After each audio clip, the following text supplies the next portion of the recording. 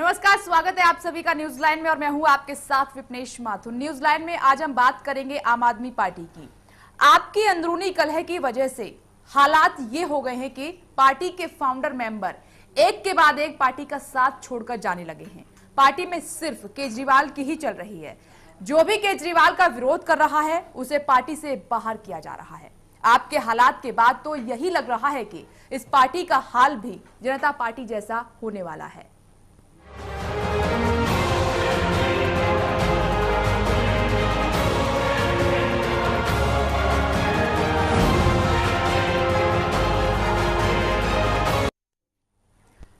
आम आदमी पार्टी में ये क्या हो रहा है, ये किसी को समझ नहीं आ रहा।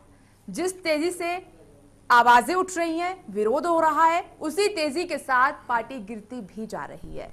पार्टी जिस तरह से टूटती जा रही है, उसके बाद तो लगने लगा है कि आम आदमी पार्टी का हश्र जनता पार्टी की तरह ही होने वाला है। रिपोर्ट देखिए।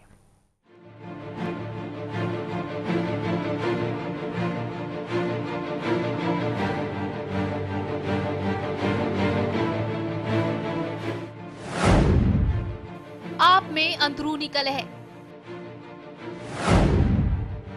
टूट रही है पार्टी, एक एक कर छोड़ रहे हैं साथ। व्यक्तिवादी पार्टी बनी आपका क्या होगा? क्या खत्म हो जाएगी आप? मोरारजी की राह पर केजरीवाल, जनता पार्टी की राह पर आप। जब आंदोलन खुद को राजनीतिक दल में बदल लेते हैं तो अपना असली रूप खो बैठते हैं। सामूहिक नेतृत्व का विचार पीछे रह जाता है और व्यक्ति विशेष की दावेदारी सामने आ जाती है। तब पूरी ताकत सिमटकर उस व्यक्ति में केंद्रित हो जाती है। ऐसे में नेतृत्व का मतलब खत्म हो जाता है और एक व्यक्ति का शासन सामने आता है। उसी व्यक्ति पर पूरी पार्टी केंद्रित हो जाती है और उसी के साथ जन्म होता है तानाशाही का। कुछ ऐसा ही आम आदमी पार्टी में भी देखने को मिल रहा है। आम आदमी पार्टी का जन्म अन्ना आंदोलन से हुआ। पार्टी बनते ही केजरीवाल सर्वे सर्वा बन गए। सामूहिक निर्णय खत्म होकर केजरीवाल के निर्णय होने लगे। जो केजरीवाल कहते वो पार्टी में होता। इसी के साथ केजरीवाल की तानाशाही भी शुरू हो गई। इसी तानाशाही के बाद पार्टी में बिखराव शुरू हो गया। एक एक करके लोग पार्टी से जाने लगे। जिस तेजी के साथ पार्टी उठी थी उसी तेजी से गिरने भी लगी और हालात ये हो गए कि पार्टी टूटने की कगार पर पहुंच गई। क्या जनता पार्टी की राह पर चल रही है आप?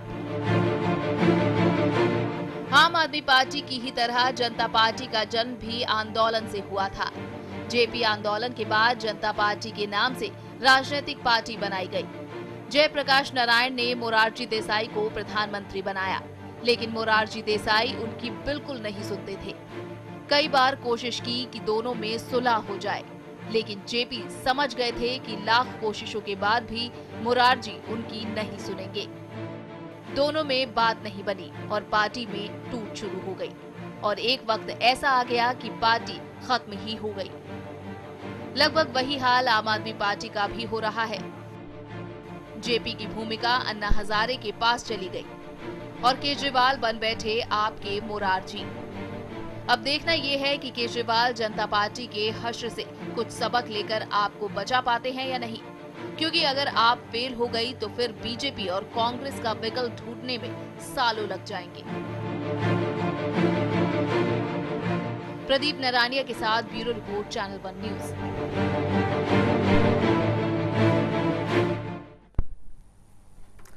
आम आदमी पार्टी में जिस तरीके के हालात बने हुए हैं और जिस तरीके से कलह लगातार बढ़ती जा रही है, खासकर जो फाउंडर मेंबर हैं आम आदमी पार्टी के, वो साथ छोड़ते चले जा रहे हैं। अरविंद केजरीवाल के साथ उनकी बन नहीं रही। अगर कोई अपनी समस्या उठाता है तो उसके साथ हश्र क्या होता है, जीता जागता उदाहरण है आप लोगों के सामने। क्योंकि योगेंद्र यादव और प्रशांत भूषण के साथ क्या हुआ, ये बात दोहराने वाली बात नहीं है, क्योंकि पीएससी से उन्हें अलग कर दिया गया। अब सवाल ये उठ रहा है कि क्या आम आदमी पार्टी जनता पार्टी की राह पर चल रही है, जनता दल की राह पर चल रही है? तमाम तरह के सवाल खड़े हो रहे हैं, क्योंकि सवाल अरविंद केजरीवाल की हिटलरशाही पर भी खड़े हो रहे हैं। क्या व्यक्तिवादी पार्टी आम आदमी पार्टी बनती जा रही है? तो ऐसे ही सवालों का जवाब आज की चर्चा में हम लेंगे। खास मेहमान हमारे साथ बने हुए हैं। आम आदमी पार्टी के नेता मुकेश आनंद जी मौजूद हैं, कांग्रेस से हमारे साथ अनुजात्री जी मौजूद हैं और साथ ही हमारे राजनीतिक संपादक मनोज वर्मा हमारे साथ मौजूद हैं। आप सभी का बहुत बहुत स्वागत है इस खास चर्चा में। पहला सवाल मुकेश जी आपसे है मेरा कि ये जो आम आदमी पार्टी में चल रहा है, काफी दिन हो गए हैं, अब तो अरविंद केजरीवाल भी वापस आ चुके हैं, कलह लगातार बढ़ती जा रही है, एक के बाद एक आपके जो नेता हैं, विधायक हैं, वो आवाज बुलंद कर रहे हैं, सुनी नहीं जा रही है उनकी। आखिर ये सब क्या हो रहा है? क्या जनता दल की राह पर आम आदमी पार्टी चल रही है?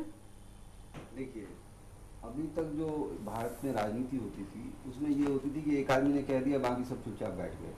आपने देखा पीएससी की भी मीटिंग में 11/8 का पहली बार ये मत विभाजन हुआ और इससे तय हुआ कि वो बाहर जाएंगे या नहीं जाएंगे। तो ऐसा अपने आप में ये बहुत आश्चर्यजनक है। और मतभेद तो होते रहते हैं, मतभेद होने भी चाहिए पार्टी में। और अभी समाचार आया है कि लोग, अरविंद केजरीवाल की इच्छा नहीं थी कि वो दिल्ली से बाहर जाएं, पर जिस तरह से योगेंद्र यादव और प्रशांत भूषण भी चाहते थे कि पूरे देश में फैलें, तो ये पीएससी ने डिसाइड किया है कि नहीं, हम बाकी जगहों पे जाएंगे। तो आपका जो ये कहना है कि एक आदमी की बात चलती है, वो अपने आप में गलत सिद्ध होती है। जनता पार्टी में जो लोग थे वो सारे कांग्रेसी ही थी पहले, जो बाहर आके एकजुट हुए थे, विभिन्न विचारधारा के लोग थे। पर आम आदमी पार्टी में जिसका विरोध हुआ है वो सिस्टम के खिलाफ विरोध कर रहे हैं, भ्रष्टाचार के खिलाफ विरोध है, और ये एक लंबी लड़ाई है। हमने एक बहुत छोटी सी जीत दिल्ली में हासिल की है। हम चाहते हैं कि उस पर ये बातें निर्णय हो, किस तरह की सरकार भारत देश में चलनी चाहिए, एक मॉडल हम रिप्रेजेंट करें, और उस पर मत में विभेद हो सकता है। पार्टी से कोई जो प्रमुख नेता हैं वो बाहर नहीं गए हैं। गर्ग साहब गए थे, उनके खिलाफ बहुत सारे आरोप थे, उन्होंने पीछे आशुतोष को बंदी भी बना लिया था, बहुत मुश्किल से उनकी कैद से छूट के बाहर आए थे। तो इस तरह की बिहेवियर को कभी अनुमति नहीं दी जा सकती। और खुले में विचार विमर्श हो, लोग बहुमत से फैसला करें, कोई गलत हो सकता है, कोई सही हो सकता है। तो इसमें तो पार्टी टूटने जैसी कोई बात नहीं है, और इस बात पे सभी एक मत है। नहीं, आपकी पार्टी में क्या नेताओं को इतनी आजादी है कि वो अगर कोई समस्या है सवाल पूछ सकते हैं? बिल्कुल, ये आजादी दी हुई है क्या? बिल्कुल, तभी तो आप दिखाई नहीं दे रहा है, तभी तो आप चर्चा ऐसा दिखाई नहीं दे रहा है। नहीं, अब आप जो इतनी चर्चा कर रहे हैं उन सवालों के बाहर आने पे ही कर रहे हैं। अगर गलती से कोई कुछ समस्या उठा भी देता है तो अरविंद केजरीवाल को इतना बुरा क्यों लग जाता है? आपके अपने लोग हैं, घर में परेशानी, ये सब चलता रहता है। अगर कोई सवाल पूछ रहा है, किसी को दिक्कत है, तो उसका समाधान करने की बजाय उनके खिलाफ एक्शन ले लिया जाता है। ये तो आपकी पार्टी का सिद्धांत नहीं था। नहीं, कोई एक्शन नहीं लिया गया किसी को सवाल उठाने के। जो भी एक्शन लिए गए हैं वो चुनाव के समय जो उनका व्यवहार था, जिस तरह की चीजें उन्होंने की, उसके खिलाफ वो अनुशासनात्मक कार्रवाई की गई है। किसी विचार को उठाने के लिए नहीं की गई है।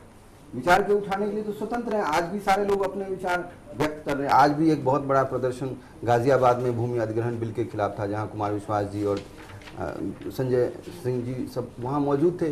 तो विचारों में विभिन्नता का तो स्वागत करना चाहिए, तभी तो मीडिया में गई है, उसकी तो चर्चा हो रही है। आप अनुशासनात्मक कार्रवाई की जो बात कर रहे हैं, प्रशांत भूषण और योगेंद्र यादव के खिलाफ, क्या ये अनुशासनात्मक कार्रवाई की गई है? नहीं, बिल्कुल, जो जिस तरह से उन्होंने बयान दिए थे उसकी सारी व्यापक चर्चा हुई है, पूरी मीडिया में भी आई है कि जिस तरह से उन्होंने बयान दिए थे, ऐसा कहा गया। ऐसा क्या बयान उन्होंने दिया जो आम आदमी पार्टी को इतना चुभ गया? और जो लेटर में जो सवाल उन्होंने खड़े किए, एक सवाल आप बताइए कि उसमें ये दिक्कत थी।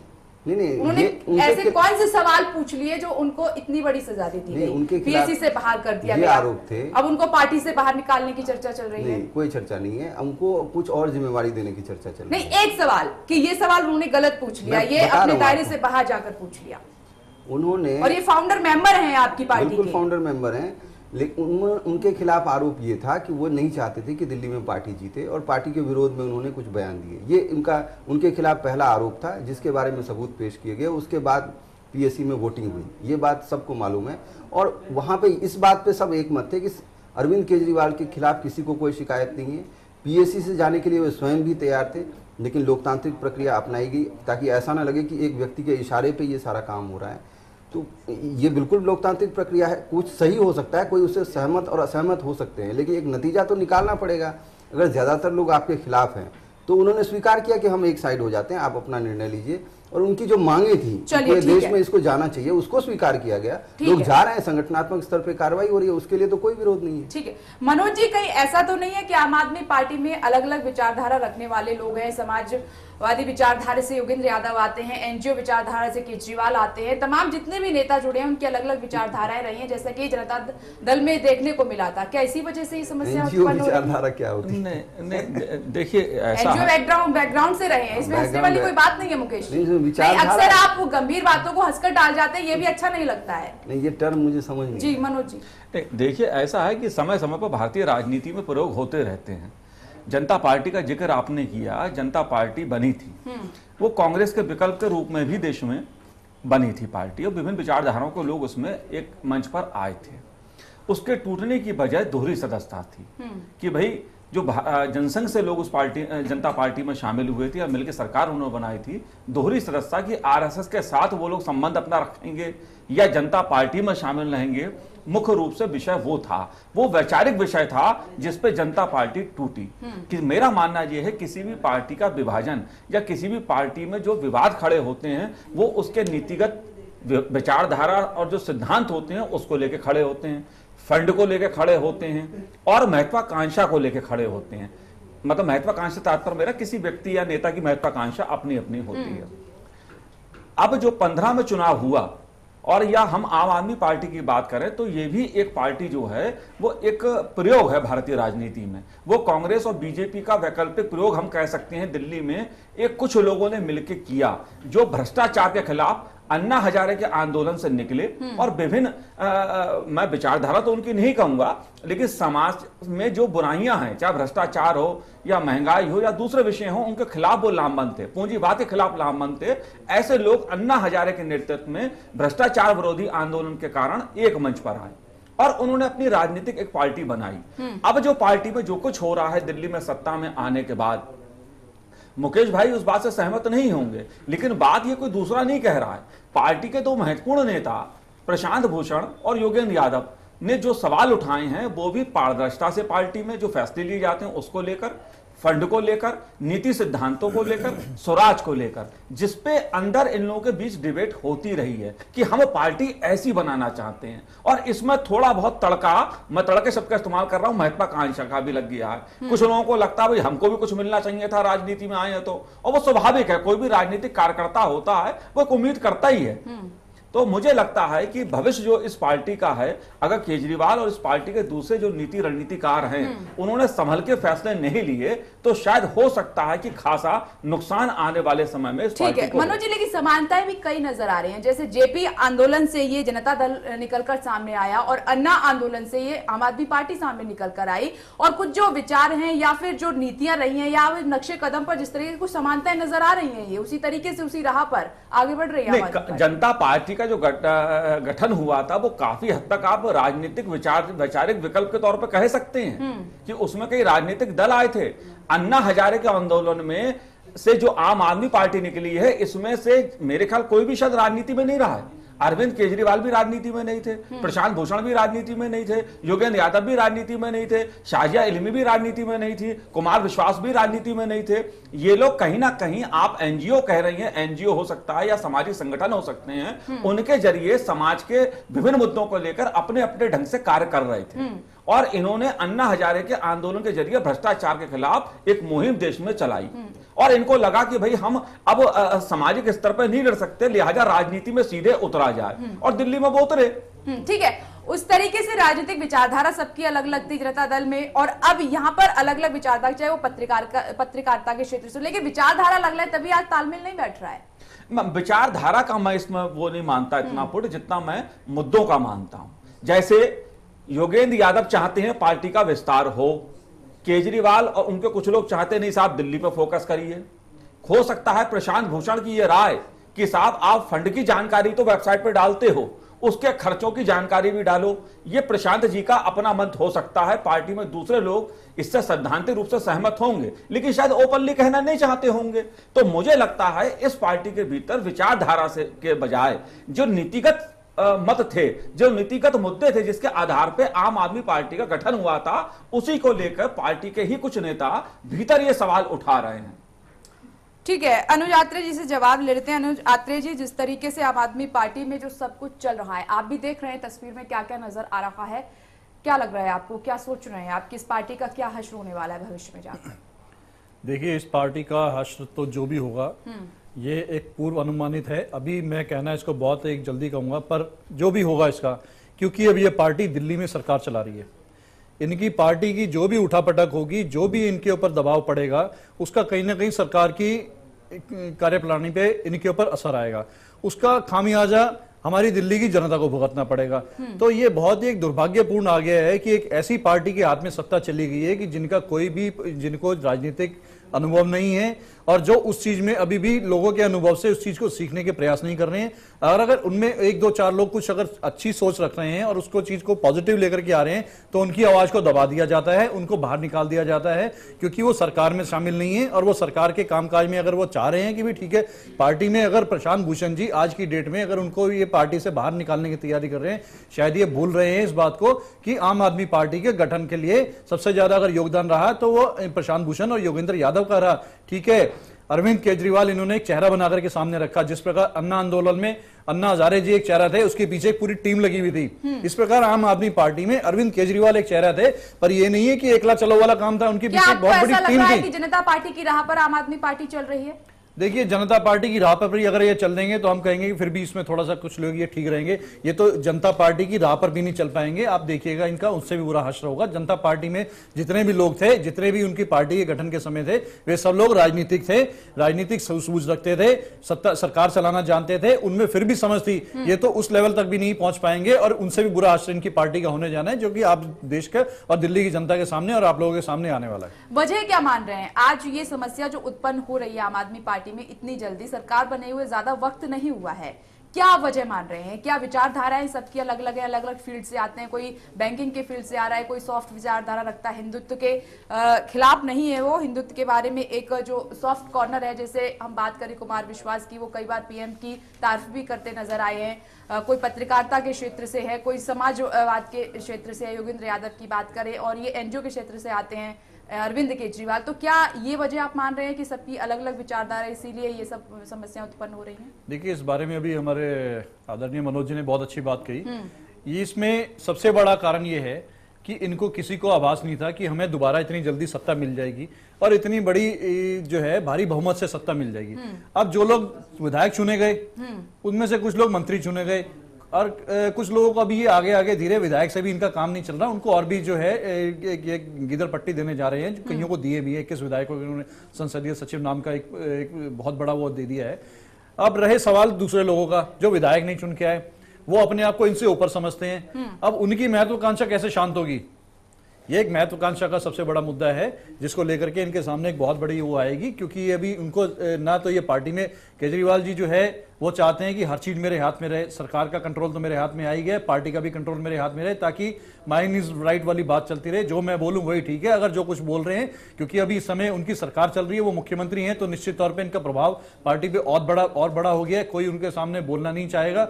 अगर दो चार लोग तो इस तरह से बोल रहे हैं, क्या है अनुज आत्रे जी, अगर कांग्रेस पार्टी को फॉलो कर रही है आम आदमी पार्टी, जिस तरीके से सोनिया गांधी की चलती रही है हर उसमें डिपार्टमेंट में, आप शायद मैं जी आपको इस बात से मुझे लगा कि आपको इससे तो खुशी होगी। आपसे इस बात से मैं इत्तेफाक नहीं रखूंगा। कांग्रेस पार्टी में एक लोकतांत्रिक, मेरा कहना नहीं है, ये विपक्षी पार्टियों का कहना है। विपक्षी पार्टी अगर जिसने बोला आम आदमी पार्टी भी यही कहती है, हम उनसे इत्तेफाक नहीं रखते। ये अपनी बात छुपाने के लिए अगर दूसरी बातों को कहें, आम आदमी पार्टी अपनी समस्या देखे ना, उसका समाधान निकाले। कांग्रेस तो इतनी पुराना, सबसे पुराना राजनीतिक दल है, कांग्रेस में हमेशा लोकतांत्रिक प्रक्रिया अपनाई गई है। मैंने सवाल बस इतना सा उठाया, आपने कहा कि आम आदमी पार्टी में अरविंद केजरीवाल की चल रही है, आपकी पार्टी में सोनिया गांधी की चलती रही, हालांकि कहने को प्रधानमंत्री मनमोहन सिंह थे, लेकिन चली उनकी कहीं पर भी नहीं। देखिए, चलना और जो है एक जबरदस्ती चलाना, एक जबरदस्ती अपने आप को थोपना, एक उसमें बहुत बड़ा फर्क हो जाता है। सोनिया जी अगर कुछ कहती थी, सोच समझ के कहती थी, उनकी बात का सब लोग आदर करते थे, क्योंकि वो हमारी सर्वमान्य सबसे सर्वोच्च नेता। केजरीवाल बिना सोचे समझे बोलते हैं। अगर ये हमारा कहना नहीं है, अगर वो सोच समझ के कह रहे होते, इन्हीं के नेता क्यों इनका विरोध कर रहे हैं?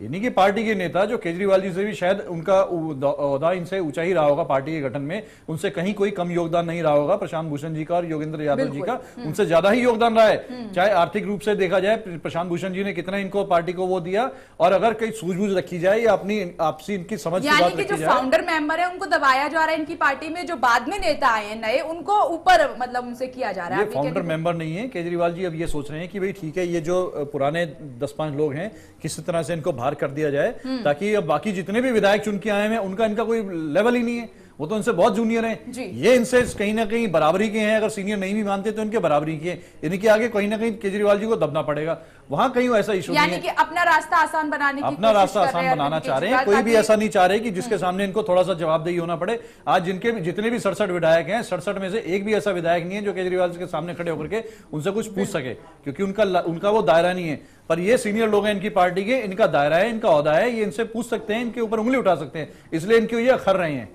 चलिए ठीक है, इस सवाल का जवाब हम मुकेश जी से लेंगे एक छोटे से ब्रेक के बाद। क्या वाकई में अरविंद केजरीवाल की यही मंशा है, क्या यही रणनीति है कि जो उनके साथ के नेता हैं, उनके साथी हैं, उनको हटाकर अब जूनियर्स को मात्र रखा जाए ताकि कोई सवाल अरविंद केजरीवाल से ना किया जाए? एक छोटा सा ब्रेक, फौरन लौटते हैं, आप देखते रहिए चैनल पर न्यूज।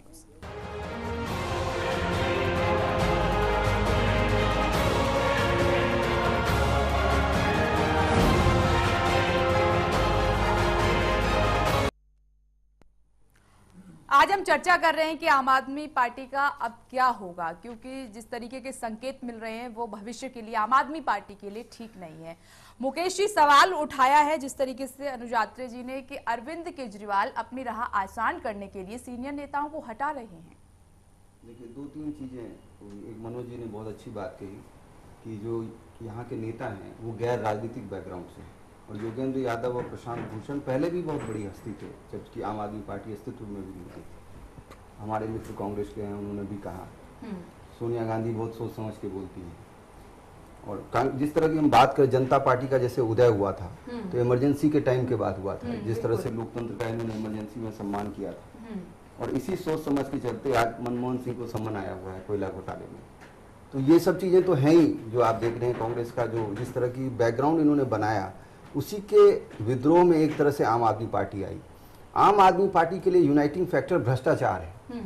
अगर आप गहराई से देखेंगे तो प्रशांत भूषण और योगेंद्र यादव ने पीएससी की जो बहुमत से जो फैसला हुआ उनको निकालने का, उसका कहीं विरोध नहीं किया है। ये नौबत क्यों आई? नौबत क्यों आई? देखिए, प्रश्न का तो आप एक से एक उठा सकते हैं, लेकिन ये बात बिल्कुल सत्य है कि जिस लोकतांत्रिक प्रक्रिया से इस बात का निर्णय हुआ, उस निर्णय आपको पसंद आ सकते हैं, नहीं भी आ सकते हैं, लेकिन एक निर्णय पे तो पार्टी को पहुंचना होता है, जैसे लोकतंत्र में भी होता है। कई लोग ऐसे सवाल का जवाब अभी तक आपकी पार्टी की ओर से नहीं मिला है, क्योंकि आप लोगों ने तब ये कहा कि नई जिम्मेदारी के तहत उनको पीएससी से हटाया गया है, प्रशांत भूषण और योगेंद्र यादव को। अब दूसरी भी आपकी पीएससी की बैठक हो गई, अभी तक उनकी नई जिम्मेदारी तय नहीं हुई है। अगर ये तब आप लोगों ने बात करी, लोग तो और अभी भी इस सवाल का जवाब आप लोगों ने नहीं दिया है। कोई ठोस वजह नहीं है आपके पास कि प्रशांत भूषण और योगेंद्र यादव को क्यों निकाल दिया गया? आपको पसंद नहीं आएगा, आपकी इच्छा नहीं है, आपको हो सकता है, लेकिन बहुमत से अगर लोग वहां नहीं चाहते हैं तो किसी के कहने या नहीं कहने से तो निर्णय नहीं हो सकता। जो पीएससी के पहले से मेंबर, अभी जनरल बॉडी मीटिंग होने जा रही है 28 तारीख को, वो पीएससी से भी ऊपर है, जिसमें जो 200-250 फाउंडिंग मेंबर हैं वो निर्णय करेंगे कि पीएससी का जो निर्णय है वो स्वीकार्य होगा कि नहीं होगा फाइनली। तो अभी ये प्रिजम्पटिव है, आप पहले से प्रीएम्प्ट नहीं कर सकते कि उसमें क्या होगा, क्योंकि उसमें बहुत सारे लोग ऐसे आएंगे जो व्यक्तिगत रूप से किसी से सहमत होंगे या नहीं होंगे, पर नीतिगत मामलों के बारे में उनको निर्णय करना पड़ेगा, और पीएससी का जो निर्णय है उसकी भी समीक्षा वहां होनी है। तो नहीं, सवाल इसलिए आपसे पूछा जा रहा है कि जो संकेत आपकी पार्टी से निकलकर आ रहे हैं ये आपकी पार्टी के लिए ठीक नहीं है, बिखराव की राह पर दिखाई दे रही है। बिल्कुल, हम उस चीज को मानते हैं, और ये प्रश्न इसलिए उठाए जाने चाहिए और बहुत ही इंपॉर्टेंट है कि अगर मतभेद होता है और होना भी चाहिए, लेकिन उस मतभेद का सम्मान करना चाहिए। जो पब्लिक में हमने कभी भी इसको रोकने की कोशिश नहीं की, ये चर्चा होनी चाहिए।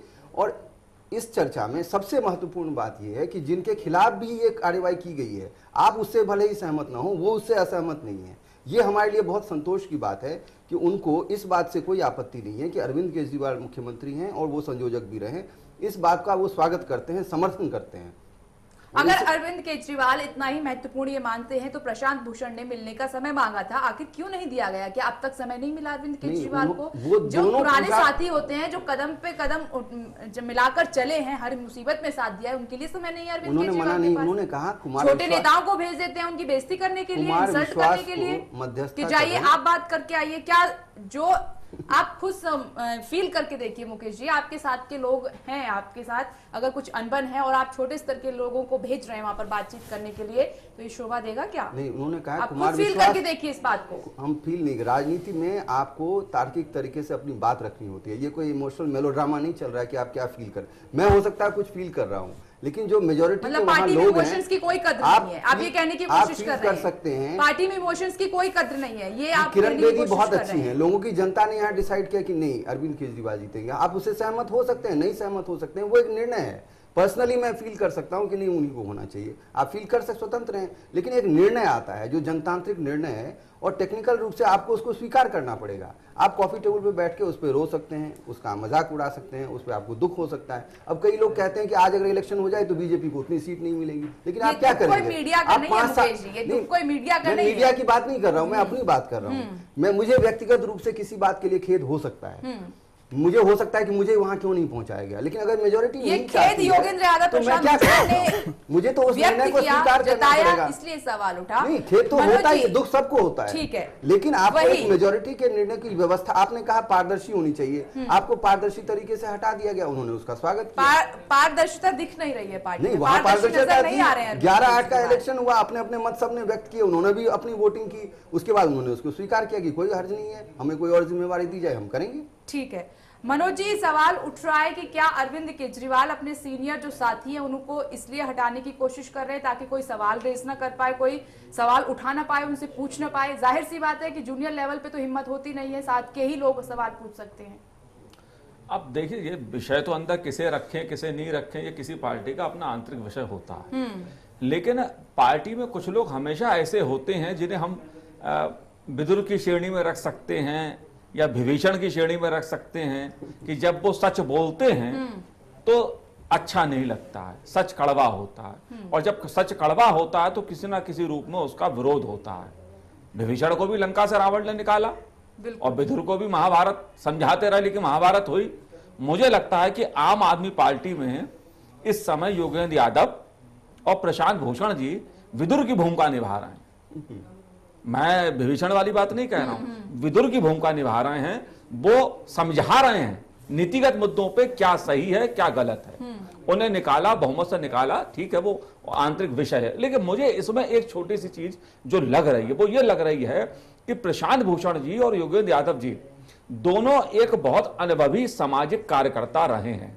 कानूनी अगर मोर्चे की बात की जाए तो प्रशांत भूषण जी आम आदमी पार्टी गठन से कई साल पहले से विभिन्न नीतिगत मुद्दों पर भारत सरकार से या दूसरे दलों से भिड़ते रहे हैं। वो भ्रष्टाचार के मुद्दे भी हैं या दूसरे मुद्दे भी हैं। योगेंद्र यादव पत्रकारिता में सक्रिय रहे, वो हमेशा से रहे, और सामाजिक मुद्दों पे भी एक उनका अपना एक मत रहा है। तो दोनों जो व्यक्ति हैं वो एक अनुभव रखते हैं। मैं ये नहीं कहूंगा कि आम आदमी पार्टी की पीएसी में जो इनके अलावा दूसरे लोग हैं वो नाकाबिल हैं, बहुत काबिल लोग हैं। कुमार विश्वास बहुत अच्छे कवि हैं, आशुतोष बहुत अच्छे हैं, अगर पीएसी में नहीं है तो बता दीजिएगा, नहीं है वो, दूसरे लोग भी हैं, बहुत अच्छे लोग हैं, काबिल लोग हैं। लेकिन प्रशांत भूषण जी और योगेंद्र यादव जी जो हैं वो नीतिगत मुद्दों पे बोलते हैं कि भाई ये सही है या नहीं सही है। और जब आदमी देखिए सफलता के शिखर पर होता है तो उसे ऐसे लोग, मैं ये नहीं कह रहा हूं केजरीवाल का नाम नहीं ले रहा, ऐसे लोग कभी कभी अच्छे नहीं लगते हैं जो रोकें या टोकें। मुझे इसलिए ऐसा लगता है कि कहीं ना कहीं कि नीतिगत मुद्दों पर मान लीजिए कोई राय केजरीवाल जी या उनके दूसरे लोग बनाना चाहते हो, प्रशांत जी और योगेंद्र जी कुछ उस पर बोलेंगे तो उसको फिर किनारे कर दो ऐसे लोगों को। तो मुझे लगता है कि शायद कोई ऐसा विषय है जिसको लेके अंदर लोग नहीं चाहते हैं कि ये दोनों ज्यादा अहम भूमिका नीतिगत मुद्दों पे अब निभाएं, चुपचाप रहें। बहुत अच्छी बात है, बोलेंगे तो अभी पीएसी से बाहर हैं, वरना फिर कल को पार्टी से भी बाहर हो सकते हैं। अब ये उनका विषय। मनोज जी, एक कॉमन सवाल आपसे ये है कि जब भी कोई आंदोलन राजनीतिक पार्टी में तब्दील हुआ है उसके बाद उसका जो मूल स्वरूप है आखिर क्यों बदल जाता है? कई एग्जाम्पल हमने देखे हैं। देखिए, उसमें राजनीतिक महत्वाकांक्षा सबसे बड़ी चीज है। अब अगर इस पे हम लोग पहले भी डिबेट कर चुके हैं, लेकिन मुझे खतरा दूसरा लगता है। वो खतरा लगता है विश्वास का। कांग्रेस के 10 साल के शासन से उकताई जनता ने जिस प्रकार से भर के वोट पहले नरेंद्र मोदी को और दिल्ली में केजरीवाल जी को दिए, वो दरअसल विश्वास का वोट था। वो उस विश्वास का वोट है कि भाई ये दोनों दल कांग्रेस पार्टी को खूब कोसा करते थे, भ्रष्टाचार पे, महंगाई पे, दूसरी नीतिगत मुद्दों पर। बीजेपी कहती थी हम कांग्रेस से अलग हैं, आम आदमी पार्टी कहती थी हम कांग्रेस और बीजेपी और सबसे अलग हैं। हम एक नया राजनीतिक कल्चर इस देश को देना चाहते हैं, हम एक नई राजनीति इस देश को देना चाहते हैं, और उसी राजनीति पे भरोसा करके, उसी केजरीवाल जी के विश्वास पे भरोसा करके दिल्ली की जनता ने कांग्रेस पार्टी का दिल्ली से सूफड़ा साफ किया, बीजेपी को 3 तक पहुंचाया और केजरीवाल को एक ऐतिहासिक वर्डिक्ट दिया जो इससे पहले राजनीतिक इतिहास में किसी को नहीं मिला। मुझे यह लगता है कि देखिए पार्टी आएंगी, राजनीति चलेगी और बनेंगी, प्रयोग होते रहेंगे, कोई बनेगा कोई नहीं बनेगा, लेकिन अगर लोगों का विश्वास टूटता है वो सबसे खतरनाक संकेत होता है। अगर लोगों का विश्वास टूटेगा, वो चाहे नरेंद्र मोदी का कामकाज हो या कांग्रेस पार्टी का हो या अब अरविंद केजरीवाल जी का हो, लोगों ने केजरीवाल पर भरोसा किया।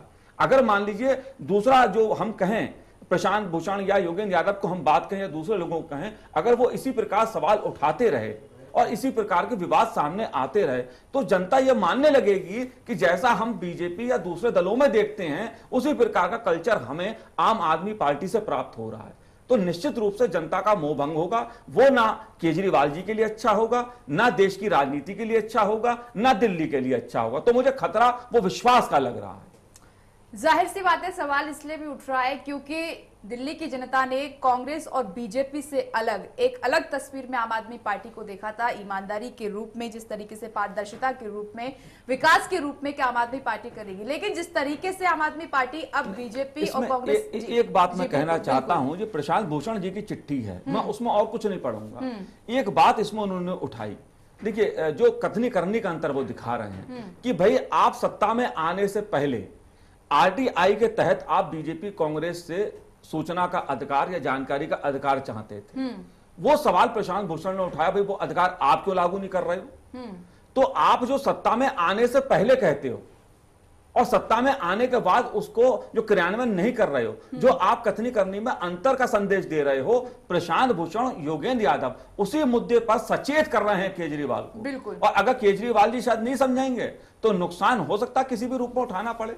बिल्कुल वही सवाल की पारदर्शिता, ईमानदारी और खुलापन लाएगी आम आदमी पार्टी दिल्ली में, दिल्ली सरकार, लेकिन ऐसा कुछ लग नहीं रहा है। वही बीजेपी और कांग्रेस के नक्शे कदम पर चलती आम आदमी पार्टी दिखाई दे रही है और लोग खुद को ठगा सा महसूस कर रहे हैं।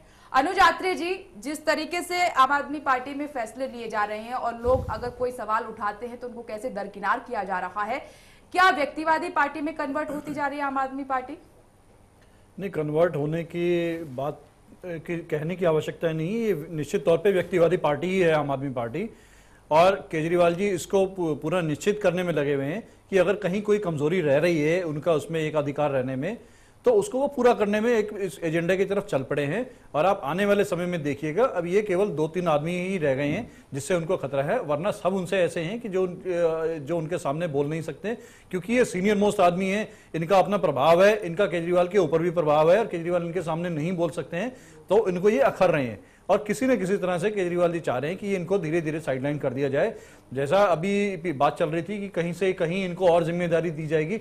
अगर किसी आदमी को कोई बड़ी जिम्मेदारी दी जाती है तो उसको तौहीन नहीं करके निकाला जाता कि हम पहले आपको तौहीन करके बाहर धक्का देंगे, उसके बाद आपको कोई बड़ी जिम्मेदारी लेंगे। ऐसा कहीं कुछ होने नहीं वाला है, ये आपके सामने होगा। ये हम लोग सब समझदार हैं, आप लोग भी सब जानते हैं। और इससे बड़ी तौहीन क्या हो सकती है कि मीडिया में जिस तरीके से योगेंद्र यादव और प्रशांत भूषण के खिलाफ जो पत्र लेटर जारी किए गए, सारी बातें खोलकर रख दी, तमाम तरह के आरोप भी लगाए गए हैं। अब इनमें कितनी सच्चाई है ये तो आम आदमी पार्टी उसी से आप अंदाजा लगा लीजिए ना, जो ये कह रहे हैं कि इनको और बड़ी जिम्मेदारी देंगे, किस प्रकार की बड़ी जिम्मेदारी मिलेगी। आप एक तरफ तो उनको जो है वोट से जो है जबरदस्ती बाहर कर रहे हैं और उनके खिलाफ इतना और होने जा रही है, उसमें शायद जिम्मेदारी मिल जाए। वो जिम्मेदारी इसलिए मिलने जा रही है, अगर दी जाएगी तो ये दबाव में दी जाएगी, क्योंकि अभी पीछे जो घटनाक्रम घटे गए हैं, जिस प्रकार से इनके अरविंद केजरीवाल के स्टिंग ऑपरेशन सामने आए हैं, इसके पीछे कहीं ना कहीं केजरीवाल घबरा गए हैं, क्योंकि इनको ये लग रहा है, क्योंकि ये एक केजरीवाल जी की सोच है और इनकी पार्टी का एक मूल मात्र एजेंडा रहा है कि स्टिंग ऑपरेशन करो, ब्लैकमेल की नीति पे चलो। कहीं ना कहीं ये उसमें खुद गिर गए हैं अब ये उनको ये लग रहा है, जो कि जिस प्रकार से हमें खबरें आ रही हैं सुनने में, कि ये कहीं ना कहीं इस सब के पीछे ये जो घटनाक्रम घटे हैं, जितने भी इनके निकल के आए हैं, कहीं ना कहीं इनके पीछे इन दोनों का हाथ रहा है। और आगे भी इनके पास ऐसे कुछ मसाले हैं जिसमें अरविंद केजरीवाल एक्सपोज हो सकते हैं, जनता के सामने बेनकाब हो सकते हैं। तो ये कहीं ना कहीं ये हो सकता है इसमें खुद ट्रैप हुए हैं, और इस ट्रैपिंग के आधार पर, इस दबाव में आकर के ये इनको कहीं ना कहीं अब लेने को मजबूर हुए हैं, और इसीलिए अब ये कंप्रोमाइज का रास्ता इन्होंने निकाला है, जो ये अभी घटा है। मुकेश जी, अरविंद केजरीवाल से ये उम्मीद की गई थी कि वो एक ऐसे नेता के रूप में उभरकर सामने आए कि वो बराबर का दर्जा सबको दे, एक बैलेंस बनाकर चले। वो बैलेंस दिखाई नहीं दे रहा है, हिटलर शाही उनमें दिखाई दे रहे, जैसे कि आरोप शुरुआत से लगते आए अरविंद केजरीवाल पर। आपके किसी एक नेता ने आरोप नहीं लगाए, तमाम ऐसे नाम है, लिस्ट लंबी है, फहरिस्त लंबी है, और एक तरीके के ही आरोप सबके हैं कि वो सुनते नहीं है, अपने मन की करते हैं, मनमानी करते हैं। अब सवाल ये उठ रहा है कि दिल्ली की जनता ने तो ये विश्वास किया था कि बीजेपी और कांग्रेस से हटकर आप काम करेंगे, एक नई तरीके की राजनीति देखने को मिलेगी, इसमें खुलापन होगा, पारदर्शिता होगी, ईमानदारी होगी, विकास का एजेंडा होगा, लेकिन ये सब कुछ नजर नहीं आ रहा है। ऐसे में जनता क्या करे, ठगा सा महसूस ही करेगी फिर अपने आप को। देखिए, आम आदमी पार्टी को जो मैंडेट मिला है वो उसकी घोषणा पत्र को लागू करने के लिए मिला है। वो इसलिए नहीं मिला कि योगेंद्र यादव क्या करते हैं और प्रशांत भूषण क्या करते हैं। तो अरविंद केजरीवाल की जो पहली प्राथमिकता है वो सरकार को सही रूप से सुचारू तरीके, क्योंकि मुद्दे बहुत सारे हैं तो एक एक करके सारे मुद्दों को लेना चाहिए। पिछली बार यही गलती हुई कि जल्दीबाजी में सारे मुद्दों को लेने की कोशिश की गई। बिजली का, पानी का, वाईफाई पे काम चल रहा है, जो स्कूल खोलने का है, कॉलेज खोलने का है, क्योंकि हम चाहते थे कि ऐसी व्यवस्था यहाँ रखी जाए जो लोगों को हम दिखा सकें। सरकार के कामकाज पर किसी ने उंगली नहीं उठाई। उनके खिलाफ जो भी आरोप प्रत्यारोप हुए हैं वो उस समय हुए हैं जब इलेक्शंस चल रहे थे। उसके बाद की घटना के बारे में सारे कार्यों पे, सारे जगहों पे जो हमारे घोषणा पत्र हैं उसकी फाइलें पहुंचा दी गई हैं।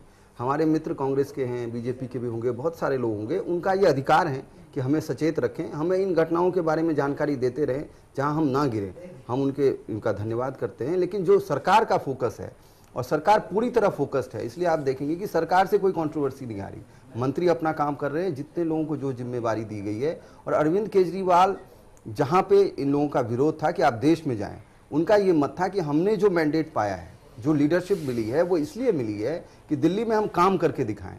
अगर जनता ने हमें दिया है तो वापस उसको देना चाहिए, और व्यक्तिगत आधार पे किसी की कोई महत्वाकांक्षा है वो आगे ना बढ़े, क्योंकि उस मैंडेट को एक लीडर होता है, उसकी अपनी एक टीम होती है जिसके साथ वो कंफर्टेबल होता है, वो उसको दिया जाना चाहिए। जैसे कप्तान को उसके खिलाड़ी वो दिए जाते हैं जिसको लेकर वो विजुअलाइज करता है कि इनको ये ड्यूटी दी जाएगी। पार्टी का मामला अलग है, इन दोनों को घालमेल करके देखना, थोड़ा सा कंफ्यूजन पैदा करना है। दिल्ली की सरकार अपना काम पूरी द्रुत गति से जनता के फायदे के लिए करती रहेगी, और उसमें कहीं भी चाहे योगेंद्र यादव हो, प्रशांत भूषण हो, उसके बारे में उनका कोई मतभेद नहीं है। मतभेद के जो मुद्दे हैं वो ये हैं कि किन चीजों को पहले प्रायोरिटी में किया जाए या उनको बाद में रखा जाए। कई मुद्दे इतने जटिल हैं कि अगर उनको पहले ले लिया जाए तो शायद बाकी काम कभी हो भी नहीं पाएगा। जो होने वाले काम है अलग बात है, वो पहले किया जाए। नहीं, हम वो बात कर रहे हैं जो हमें करना है। लेकिन जो अभी आपकी पार्टी में दिख रहा है वो ये है कि जो अरविंद केजरीवाल की आलोचना कर रहे हैं या फिर अपनी आपत्ति दर्ज करा रहे हैं, आलोचक के रूप में जो नजर आ रहे हैं, उनको साइडलाइन करने की कोशिश। देखिए, जो आलोचक हैं, जो उनके मत से विभिन्नता रखते हैं, उनको अगर प्रायोरिटी दी गई तो ये जनता के साथ छलावा होगा, क्योंकि मैंडेट अरविंद केजरीवाल को मिला है, उनकी लेड सरकार को मिला है, और उसमें सब मिलजुल के फैसले मंत्रिमंडल में कर रहे हैं। क्यों नहीं की जिम्मेदारी कि अरविंद केजरीवाल जो चाहेंगे वही होगा, दूसरे को नहीं, ऐसा कुछ नहीं है। जिसकी लीडरशिप में है, आप सब अपनी बात बोल रहे हैं। जो अरविंद केजरीवाल को पसंद होगा वही दूसरों को पसंद आना चाहिए। ये पहले आप अपनी पार्टी की लाइन तय कर लेते हैं। या तो आप समझना नहीं चाह रहे, या आप जो समझा रहे हैं जनता वही समझ रही है। आप नहीं समझ पा रहे हैं, समझा रहे हैं वही। आपको मैं कह रहा हूँ, अरविंद केजरीवाल यही नजर आ रहा है आपकी पार्टी में कि अरविंद केजरीवाल ने बोल दिया कि ये सही है, आपको नजर आ रहा है, पार्टी कहेगी वही सही है। कोई ये नहीं कह सकता ये गलत कहा है लोगों ने, उसके अपने व्यक्तिगत आप उसका आकलन कीजिए। उन्होंने कहा कि पार्टी दिल्ली से बाहर नहीं जाएगी, पीएसी ने डिसाइड किया कि नहीं जाएगी, तो जा रही है पार्टी, सब जगह संगठन के काम हो रहे। अरविंद केजरीवाल ने मना किया था तो उन्होंने कहा कि मैं उसमें इन्वॉल्व नहीं होगा, जो लोग हैं, जो इस मत के हैं वो जाएं। तो जिस तरह से संजय सिंह और बाकी लोग बाहर कार्य कर रहे हैं संगठन के लिए, वो अपना सरकार पे कंसंट्रेट कर रहे हैं। तो बहुत सारे ऐसे मुद्दे हैं जिसपे उनकी जो इच्छा थी वो नहीं चली, लोगों की इच्छा जो मेजोरिटी में थे उन लोगों की इच्छा चली। इस्तीफे की बात चली, योगेंद्र यादव, प्रशांत भूषण ने ये भी कहा कि पार्टी हमारी बातें मान ले, हम इस्तीफा दे देंगे खुशी खुशी। नहीं, उन्होंने ये नहीं कभी कहा कि आम आदमी पार्टी से इस्तीफा देंगे। उन्होंने ये कहा है कि हम पीएसी से बाहर, हमें कोई आपत्ति नहीं है, लेकिन काम सही तरीके से चलना चाहिए। और ये तो बहुत अच्छी बात है कि अरविंद के खिलाफ उनको व्यक्तिगत कोई महत्वाकांक्षा नहीं है, इसके लिए पार्टी भी उनका सम्मान करती है, सारे लोग सम्मान करते हैं। मतभेद हो सकता है, लेकिन कोई हमारा शत्रु नहीं है, हमारे तो विपक्षी भी शत्रु नहीं है, उनका भी हम धन्यवाद करते हैं जिस तरह से वो गाइडेंस करते रहते हैं। हम वो टिपिकल किसी पार्टी की तरह नहीं बनना चाहते। बताइए भारत के इतिहास में कौन ऐसा कभी पास हुआ हो जो 11/8 से बिल्कुल सबके सामने वो पास हुआ, वो सारी चीजें बाहर आ रही हो और उसका स्वागत करते हैं, सारे खुले मन से बहस करते हैं। आम आदमी पार्टी की तरह अभी तक कोई पार्टी नजर नहीं आई है। आम आदमी पार्टी की तरह चाहे कोई भी पार्टी रही हो, आम आदमी पार्टी में जो हो रहा है वो नया है, एक नया अनुभव है, शायद दिल्ली की जनता ने फील नहीं किया। हर चीज नया ही होता है। आप जब उसको पुराने परिप्रेक्ष्य में देखने की कोशिश करते हैं, इतनी जल्दी हो जाएगा ये भी उम्मीद नहीं थी।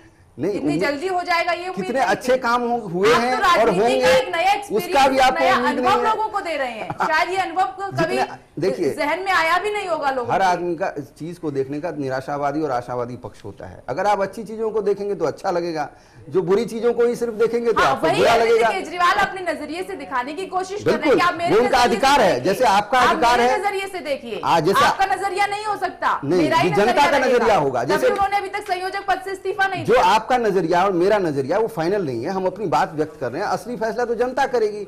एक फैसला उन्होंने किया है, आगे भी हम जनता के पास जाएंगे। काम करें मुकेश जी, आप खुद बताइए, क्या आपको अच्छा लगेगा कि आप कठपुतली बनकर काम करें? हम है ही नहीं कठपुतली, ना कोई कठपुतली है। बिल्कुल यही आप आपको अच्छा नहीं लगता कि आप कठपुतली रहे? कोई कठपुतली नहीं है, क्योंकि सब अपने विचारों को व्यक्त कर रहे हैं। और दूसरी बात, जितने भी आम आदमी पार्टी के ये लोग हैं, ये बड़े प्रोफेशनल्स हैं। ऐसा नहीं है कि वो आम आदमी पार्टी के लिए काम नहीं करेंगे तो उनके पास कोई काम नहीं होगा। इसीलिए उनका कॉन्फिडेंस है कि वो खड़े होकर कह सकते हैं। योगेंद्र यादव, ऐसा कांग्रेस और बीजेपी में संभव नहीं है कि सोनिया गांधी और मोदी के खिलाफ आप बोले और पार्टी में भी बने रहें। ये सिर्फ आम आदमी पार्टी ही कर सकती है, उनका सम्मान भी करती है। मनोज जी, क्या योगेंद्र यादव, प्रशांत भूषण जैसे लोग अब अरविंद केजरीवाल के लिए सिरदर्द बनते जा रहे हैं? इसीलिए शायद ये कोशिशें की जा रही है कि कैसे भी करके अब इस सिरदर्दी को दूर कर दीजिए, तभी जाकर कुछ होगा, फिर विकास के काम करेंगे। नहीं, देखिए ऐसा होता है, राजनीति विपक्ष में जब रहते हैं तो दूसरी होती है और सत्ता की राजनीति दूसरी होती है। सत्ता की राजनीति का चेहरा दूसरा होता है, विपक्ष की राजनीति का चेहरा दूसरा होता है।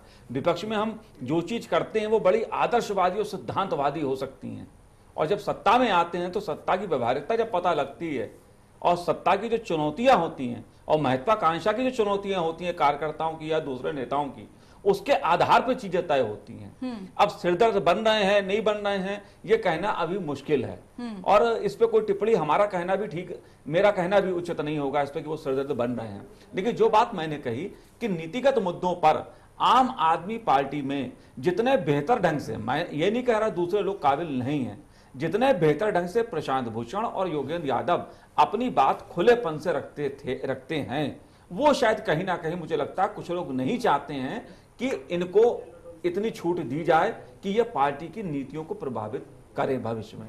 अभी भविष्य में पार्टी और आगे बढ़नी है, पार्टी का संगठन बनना है राष्ट्रीय स्तर पे।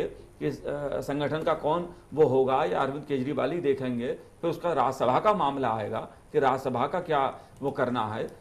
चुनाव होने हैं, यूपी में चुनाव होने हैं, वहां कौन लड़ेंगे नहीं लड़ेंगे, या वहां की कमान किसके हाथ में, बिहार में है तो वहां किसके हाथ में कमान रहेगी किसके नहीं रहेगी। देखिए इसमें कोई चीज बुरी नहीं होती है कि राजनीति में जो राजनीतिक कार्यकर्ता होते हैं या नेता होते हैं वो भागीदारी अपनी सत्ता में भी चाहते हैं और पार्टी में भी चाहते हैं। बिल्कुल जब हैं पार्टी में चाहेंगे, और जो बड़े नेता होते हैं जो पार्टी को बनाते हैं वो ये उम्मीद करते हैं कि भाई जिस प्रकार हमने संघर्ष के समय में एक साथ फैसले लिए थे और एक साथ हम साथ रहते थे, उसी प्रकार सत्ता में आने पर भी हमारा मान सम्मान रहे। यही एक बहुत महीन मैं कहूंगा घटनाक्रम होता है उस जगह का कि जहां पर जो पार्टी का नेतृत्व करता है उसको ये कोशिश करनी चाहिए कि पार्टी के दूसरे नेता उससे अलग ना हो फैसलों की प्रक्रिया से, उनके मन में ये ना है कि पार्टी एक व्यक्ति की बन रही है। अगर प्रशांत भूषण और योगेंद्र यादव इस प्रकार के सवाल उठाते हैं, या राकेश पारेख ने सवाल उठाए हैं कल अपने ब्लॉग में लेके, या अंजनी दामनिया ने सवाल उठाए, या शाजिया इल्मी जाने से पहले सवाल उठा के गई, ये सब वो लोग थे हैं। मयंक गांधी हो गए, बिन्नी तो पहले ही चले गए थे, लेकिन जो लोग इस तरह के लोग हैं जिन्होंने पार्टी को बनाया और एक साथ थे, तो कहीं ना कहीं लाजमी तौर पे सवाल उठता है कि पार्टी के भीतर कहीं ना कहीं या तो राजनीतिक महत्वाकांक्षा का या भागीदारी का पार्टी में, एक सवाल तो है।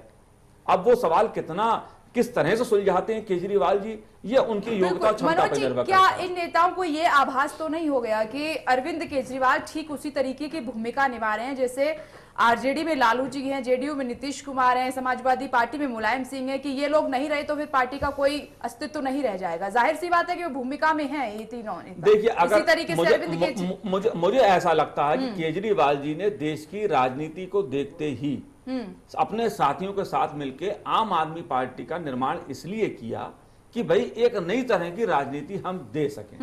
अगर ये पार्टी भी लालू जी की तरह, नीतीश जी की तरह या अन्य दूसरे दलों की तरह राजनीति करेगी तो जैसे जनता दल के कई टुकड़े हुए कि एक जनता दल यूनाइटेड, एक जनता दल सेक्युलर, और एक जगह मोरारजी देसाई से तुलना की जा रही है अरविंद केजरीवाल की, वो जनता राह पर चल रहे हैं। जनता पार्टी का ये जनता पार्टी वाला मसला नहीं है। आम आदमी पार्टी के जो विधायक हैं उनको चुनाव लड़ते समय मालूम था उनका चेहरा कौन, केजरीवाल जी। उनको मालूम था उनका चुनाव चिन्ह झाड़ू, उनका एजेंडा मालूम था। तो यहाँ पर कोई वैचारिक मतभेद अंदर नहीं है, यहाँ पर नीतिगत मतभेद हैं, यहाँ पर राजनीतिक भागीदारी का सवाल है, वो मुद्दे हैं। और उन मुद्दों पर मुझे लगता है कि पार्टियां इतनी जल्दी नहीं टूटती हैं।